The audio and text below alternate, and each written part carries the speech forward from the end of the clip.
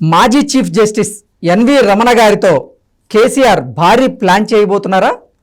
రానున్న ఎన్నికల్లో ఎన్వి రమణ గారిని తెరమీనకు తీసుకొచ్చి కేసీఆర్ రేవంత్ రెడ్డికి చెక్ పెట్టే ప్రయత్నం చేయబోతున్నారా అంటే అవుననే సమాధానం ఇస్తున్నారు కొంతమంది రాజకీయ విశ్లేషకులు. ఇక ఇదే అంశానికి సంబంధించి మనతో మాట్లాడేందుకు ప్రముఖ సీనియర్ జర్నలిస్ట్ దుర్గాకుమార్ గారు మనతో ఉన్నారా? ఆయనతో మాట్లాడదాం. సార్ నమస్తే అండి. నమస్కారం కృష్ణ గారు, మన వీక్షకులు కూడా నమస్కారం. సార్, మాజీ చీఫ్ జస్టిస్ ఎన్వి రమణ గారితో కేసీఆర్ గారు భారీ ప్లాన్ చేశారని, రానున్న లోక్సభ ఎన్నికల్లో ఎన్వి రమణ గారిని బీఆర్ఎస్ నుంచి పోటీకి దించాలనే ప్రయత్నంలో కేసీఆర్ గారు ఉన్నారని, అందులో భాగంగానే రేవంత్ రెడ్డికి చెక్ పెట్టే విధంగా వ్యూహాలు రచిస్తున్నారంటూ కూడా ఒక వార్త సోషల్ మీడియాలో చక్కర్లు కొడుతూ ఉంది. వీకెండ్ కమెంట్ బై ఆర్కేలో కూడా ఈ వార్త ప్రధానంగా వినపడింది. అలాగే ఆ విధంగా ప్లాన్ చేసినటువంటి కేసీఆర్ ఇప్పుడెందుకో మళ్ళీ సైలెంట్ అయిపోయారంటూ కూడా ఒక వార్త వినపడుతూ ఉంది. ఏంటి సార్, ఈ వార్తల్లో వాస్తవం ఉందా అంటే ఏం చెప్తారు? వాస్తవం ఉందా అంటే కృష్ణ గారు, రాజకీయాల్లో ఏదైనా సంభవమే. ఈ రాజకీయ పార్టీలు తమ ఉనికి కోసం, తమ విజయం కోసం ఎటువంటి సృజనాత్మకమైన వ్యూహాలైనా అనుసరిస్తాయి. అది మన ఊహకు కూడా అందరి స్థాయిలో కూడా ఉంటాయి కొన్నిసార్లు. ఇప్పుడు ఇది కూడా అట్లాంటిదే. ఇది మనం తీసేసేది కాదు, అట్లాని జరుగుతుందని చెప్పేది కూడా కాదు. ఈ చంద్రబాబు నాయుడు గారితో కుటుంబంతో రమణ గారి కుటుంబానికి ఎంత సన్నిహిత సంబంధాలు ఉన్నాయో దాదాపు అంతే సంబంధాలు కేసీఆర్ గారి కుటుంబంతో కూడా రమణ గారికి చాలా సన్నిహితమైన సంబంధాలు ఉన్నాయి. వ్యక్తిగత పరిచయాలు కానీ అభిమానం కానీ ఉన్నాయి ఇద్దరికి కూడా. అయితే ఇది ఒక రకంగా ఇప్పుడు రేపు లోక్సభ ఎలక్షన్లు అనేవి టీఆర్ఎస్ ప్రభుత్వానికి చాలా కీలకమైన ఎన్నికలండి ఇది. ఎందుకంటే ఒక దెబ్బ తిన్న తర్వాత వెంటనే మళ్ళీ ఇంకొక ఎలక్షన్ రావటం, ఈ ఎన్నికల్లో కనుక ఒకసారి కనుక డబల్ టైఫాయిడ్ వస్తే పేషెంట్ ఎంత కోలుకోవటం కష్టమో, ఇప్పుడు కనుక బీఆర్ఎస్ కనుక సీట్లు తక్కువ వస్తే అది ఒక రకంగా బీఆర్ఎస్ మళ్ళీ కోలుకోవటం కూడా కష్టమైంది. అందువల్ల లోక్సభ ఎన్నికలు అయినప్పటికీ కూడా ఇవాళ వాళ్ళు వీటిని చాలా ప్రతిష్టాత్మకంగా తీసుకుంటారు. ఎన్ని రకాల అవకాశాలు ఉంటే అన్ని రకాల అవకాశాలు ఉపయోగించుకుని ఇవాళ రేవంత్ రెడ్డిని, కాంగ్రెస్ పార్టీని ఎదుర్కొని తమకు ఉనికి చెక్కు చెదరలేదు తెలంగాణలో, తమకి ఇంకా ప్రజల్లో పట్టుందని అనిపించుకోవటానికి వాళ్ళు ఏ వ్యూహం అనుసరించినా కూడా ఆశ్చర్యపోవాల్సిన అవసరం లేదు. అది వాళ్ళకి ఆశ ఉండటానికి కూడా కారణం ఏంటంటే ఇవాళ హైదరాబాదు, రంగారెడ్డి ఈ చుట్టుపక్కల ప్రాంతంలో టీఆర్ఎస్ పట్టు చూపించుకోగలిగింది. కానీ ఉత్తర తెలంగాణలో చూపించుకోలేకపోయింది, చాలా బలహీనపడింది. ఇప్పుడు ఒక ఇమేజ్ అనేది తను ఒక బూస్ట్ చేసుకోవాలి తనకు తనుగా. బీఆర్ఎస్ మెత్తబడలేదు, ఇంకా తనకి ప్రజల్లో పట్టుందని. అది మొన్న ఎన్నికల్లో హైదరాబాదు, రంగారెడ్డి జిల్లాలో నిలబెట్టినాయి, కొంచెం ఒక ఊపిరి పోసినాయి. ఇదే కనుక ఇక్కడ కూడా కనుక అంత పరాజయం కనుక జరుగుంటే అసలు బీఆర్ఎస్ పరిస్థితి చాలా అధ్వానంగా ఉండేది. ఇవాళ మార్జినల్గా అన్నా కూడా వాళ్ళకు ఒక నైతిక బలం ఉంది. వాళ్ళ ఒక 35 సీట్లు రాక వాళ్ళు గెలవగలిగారు బీజేపీ అండ్ ఎంఐఎం వదిలేసి.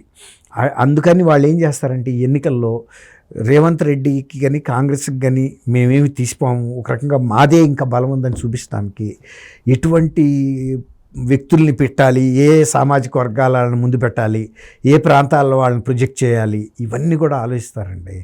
అది చంద్రబాబు నాయుడు గారి అరెస్టు విషయంలో వాళ్ళు దెబ్బతిన్నారు కొంత.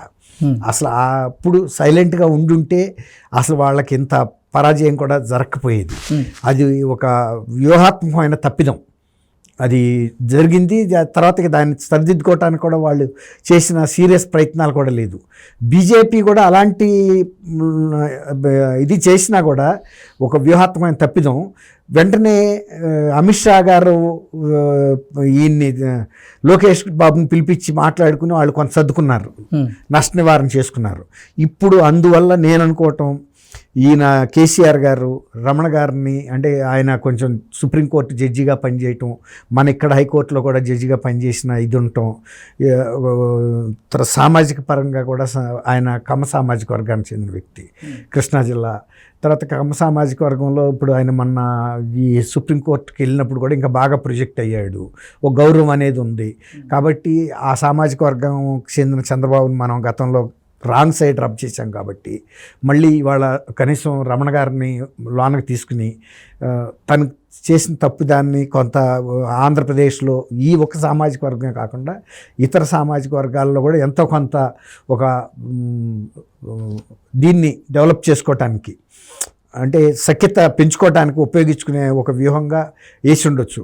కానీ ఈయన వ్యూహం వేసి ఉండొచ్చు కానీ రమణ గారు ఈ ఎలక్షన్స్లో పోటీ చేస్తారా అంటే వ్యక్తిగతంగా నాకుండా అంటే ఆంధ్రప్రదేశ్కి చెందినటువంటి ఎన్వి రమణ గారు ఇక్కడ బీఆర్ఎస్ పార్టీ నుంచి రానున్న ఎన్నికల్లో లోక్సభకి పోటీ చేయబోతారా, ఆయన ఆసక్తి చూపిస్తారా, ఆయనకు ఆ పరిస్థితి ఉంటుందా అసలు? అంటే అదే లేదు, మీరు అన్నట్టు ఆంధ్రప్రదేశ్కి చెందిన వ్యక్తి అయినందువల్ల ఇక్కడ పోటీ చేయకపోవటానికి ఇదేమి ఇబ్బంది ఏం లేదు. ఆయన ఇక్కడ నుంచి పోటీ చేసినా కూడా ఒక ఇది మ్యాండేట్ తెచ్చుకోగలడు ఆయన, ఎందుకంటే తనకి యాక్సెప్టబిలిటీ ఉంది ఏరియాల్లో. కానీ ఆయన వ్యక్తిగతంగా అంత రాజకీయాల్లోకి డైరెక్ట్గా వచ్చే స్వభావం ఆయనకి లేదు. ఎందుకంటే అసలు అట్లా కనుక చేయదలుచుకుంటే ఆయనకి తెలుగుదేశంలోనే చాలా బాగా పలుకుబడి ఉంది. విజయవాడ లాంటి లోక్సభ స్థానం నుంచి ఆయన పోటీ చేయొచ్చు. ఆయన గ్రామం కూడా విజయవాడ లోక్సభ స్థానంలోకి వస్తుంది. విజయవాడ నుంచి కూడా పోటీ చేయొచ్చు, బెటర్ అభ్యర్థి. ఇక్కడికన్నా వాతావరణం అక్కడ అనుకూలంగా ఉంటుంది సామాజిక పరంగా. కానీ ఆయన చేస్తాడని అయితే నేను అనుకోను. అక్కడ చేయడు, ఇక్కడ కూడా చేయడు. ఒక ఐడియా వచ్చి ఉంటుంది కేసీఆర్ గారికి, ఒక ఆలోచన, 10 ఆలోచనలు చేస్తారు కానీ ఒక ఆలోచన అమలు అవుతుంది. అట్లా ఒక ఆలోచన చేసి మళ్ళీ ఎందుకులే ఆయన నుంచి కూడా సుముఖత రాకపోతే ఎందుకులేనా తగ్గి ఉండొచ్చు. సుముఖత వచ్చుంటే అది వేరేగా ఉండేది. దానికి కావాల్సిన ఇది వర్కౌట్ చేసేవాళ్ళు. కేసీఆర్ గారు ఎన్వి రమణ గారితో ఇటువంటి చర్చలు జరిపే ఉండొచ్చా? అయితే అంటే ఆయన ఒక మెసెంజర్ని పంపుండొచ్చు ఎవరన్నా, ఇట్లా కేసీఆర్ గారు అనుకుంటున్నారు పలానా నియోజకవర్గం, ఇప్పుడు సికింద్రాబాద్ లాంటి నియోజకవర్గం ఉందనుకోండి, అదంతా ఎడ్యుకేటెడ్ నియోజకవర్గం చాలా వరకు. ఎవరి నుంచున్నా కూడా కొంచెం అది ఆ రీజనల్ ఫీలింగ్ అది రాదు. రెండోది ఇంకోటి ఏంటంటే పోటీ చేస్తుంది కూడా బీఆర్ఎస్ పార్టీ వైపు నుంచి కాబట్టి దాని గురించిన రీజనల్ ఫీలింగ్ అయితే అక్కడ వచ్చే అవకాశం ఉండదు. ఇప్పుడు జయసుధ్ లాంటి వ్యక్తులు కూడా ఇక్కడ నుంచి పోటీ చేసి గెలిచారు సికింద్రాబాద్ అసెంబ్లీ స్థానాల నుంచి. అట్లాగే ఆయన సుముఖంగా చూపుతారని అయితే నేను అనుకోనండి. ఆయనది పొన్నవరం గ్రామం కంచిచర్ల దగ్గర, అది నందిగామ అసెంబ్లీ నియోజకవర్గంలోకి వస్తుంది ఆ గ్రామం. లోక్సభ స్థానానికి వచ్చేటప్పుడు విజయవాడ కిందకి వస్తుంది. విజయవాడ నుంచి పోటీ చేసినా కానీ ఆయన లోక్సభ సభ్యులుగా గతంలో కూడా చాలా మేధావులు, గోరే మురహరి అని ఆయన, అట్లా తర్వాత యూపీ నుంచి ఒక ఆయన ఎవరో పెద్ద ఆయన ముఖర్జీ అని గతంలో స్వతంత్రం వచ్చిన కొత్తలోనే బయట నుంచి వచ్చి కూడా పోటీ చేసి గెలిచారు. అట్లాగే ఇప్పుడు సపోజ్ రమణ గారు అనుకోండి, రమణ గారు మొన్న సుప్రీంకోర్టు జడ్జి అయిన తర్వాత చాలా పాపులర్ అయ్యారు.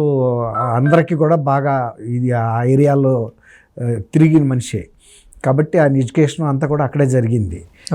అయినా కూడా నేను రాజకీయాల్లోకి వస్తారని మాత్రం నేను రమణ గారిని అనుకోవట్లేదండి. ఆయన విశ్రాంతి జీవితం గడపదలుచుకున్నాడు, అందుకే ఢిల్లీలోనే ఎక్కువ ఉంటున్నారు ఆయన నాకు తెలిసి.